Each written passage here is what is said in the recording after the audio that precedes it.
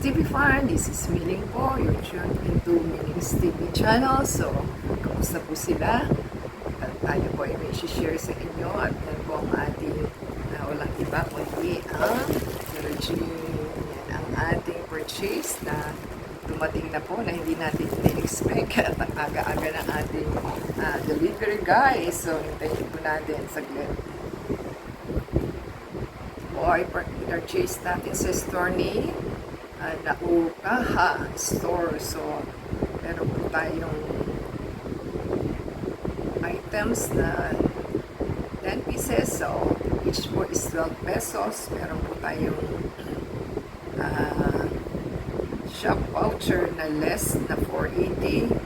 Shop promotion na 360. At meron po tayong Lazada rewards balance na 8. So, imbis na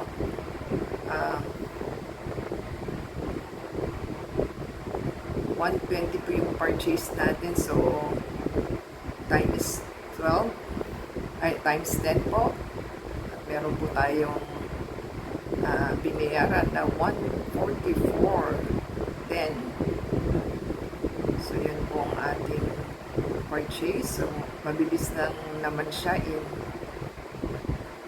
following day po na i-process na niya. So, yan po ang ating items sa ating pong silipin. So, yan po ang ating items. Sanitize po natin siya. Talaga pong maalikabok. Kapani po yung dust sa dumi ng ating items. So, try po natin buksan kung okay ba siya. Tama po ba? So, ito po ay naka-plastic pa lang po ito. Yan. Naka-bubble wrap po siya. Yan. Bubble wrap. Bubble wrap pa more. So, ito po pala is tawag po dito is washing machine cleaner po ito, ha. Washing machine cleaner, descaler, deep cleaning remover ng ating washing machine. So yan po ang ating binili kasi paubos na po yung ating mga naonang pinurchase. Buksan na. Oh. Naka-plastic bag, naka-bubble wrap, naka-box pa siya. Ano ba ito? Improvised box. Yan pong ating siguro mukhang improvised. Ayan, magandang seller, ha? Meron pa rin siyang bubble wrap sa loob. Ayan. So, ito po ay 10. Hindi lang po tayo ng 10. Ganyan po yung niya, yung item. So, alam ko po is ito, Japan. So, ang nakalagay is 160 grams po ang isang pack niya. So, isa po. Bakit parang basa siya? 2 3 4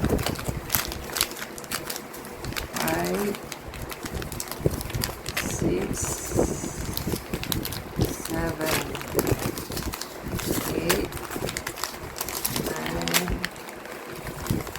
10. Hindi ko lang alam bakit nag-moist siya. Moist o basa talaga. So, yan. Yan po yung ating item na ating nakuha. So, 2, 4, 6, 8. 2, 4, 6, 8, 10. So, 10 po siya. Kaya lang ang ko lang hoy, bakit basa? Nagmo-moist. Nagmo-moist po siya. Hindi ko naman po alam kung mayroong bang tumapon o wala. So, mukhang wala naman po yatang nabuksan. Pero basa po siya eh. Yan po ang ating dahil basa. Ewan ko kung basa yung kamay nung humahawak o hindi tumapon o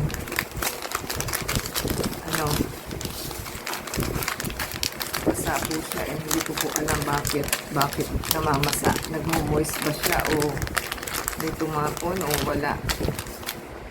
So, parang nakakapamo yung ano niya. Yung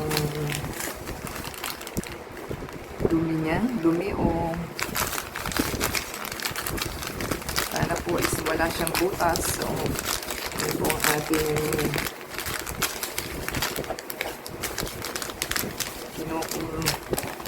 nararamdaman na ating items. So,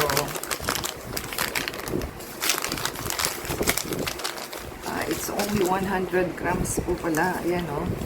100 grams. So, hindi po natin alam kung kailan po ang expiry nito. Wala naman pong nakalagay. So, kung Japan po siya, hindi po natin alam kung walang nakalagay na ano, kailan mag-expire. Hindi po ba natin mabasa. Wala akong makitang expiry date. So, yan po ang ating items. Okay, ano na lang po yung ating items kung nagustuhan po nila. Kasi ganda po ito sa washing machine. Kailangan po i-sanitize yung washing machine kasi para po maganda yung maging performance ng washing machine. At the same time, yung sa akin yung madalas nating naman nalilinis pero meron pa rin po siyang meron pa rin siyang amoy. So, kahit i-weekly mo siya, what more kung 1 month mo siya lilinisin, di ba? So, nag-weekly naman tayo after gamit pa nga po natin. Nililinis na po natin siya. So, hindi ko lang po alam kung meron pa rin po talagang amoy. So, kailangan po talaga yung linisin. Kung weekly natin o kada wash natin is ilalagyan natin siya. What more po, nagkakaroon po siya ng amoy. So, kailangan po itatry ninyo inyong washing machine after use. At the same time, gumamit po sila ng mga ganitong items na pang descaler kasi may mga hindi tawag. Meron po siyang amoeba na nag-green. So, pagka lumalabas po sa ating washing machine, meron kang nakikitang buo-buo. So, yun po yung nagkokos ng amoy at hindi maganda sa ating washing machine. So, nakapit po yung mga germs na yun sa ating mga damit. So, kailangan po is mapifeel nyo kahit po may fabric conditioner kayo is mapifeel nyo na hindi siya maganda yung amoy. So, kailangan po is i-wash out natin ang ating mga washing machine. So, kailangan po tayo gumamit. At the same time, para maganda po yung performance ng ating mga damit and washing machine. So, yan po yung purpose kaya po tayo bumibili nito. So, try po nilang subukan. First time po lang po sa seller na ito. So, ito-try po natin. So, thank you po sa seller delivery guys. Sana po nagustuhan nilang ating video for today. At meron po silang natutunan. So, kailangan po talaga natin. It's a must. So, give us a thumbs up po. Comment down below. And subscribe sa ating channel. Sa Facebook, Twitter, TikTok, and Instagram. Until next time po. God bless everyone.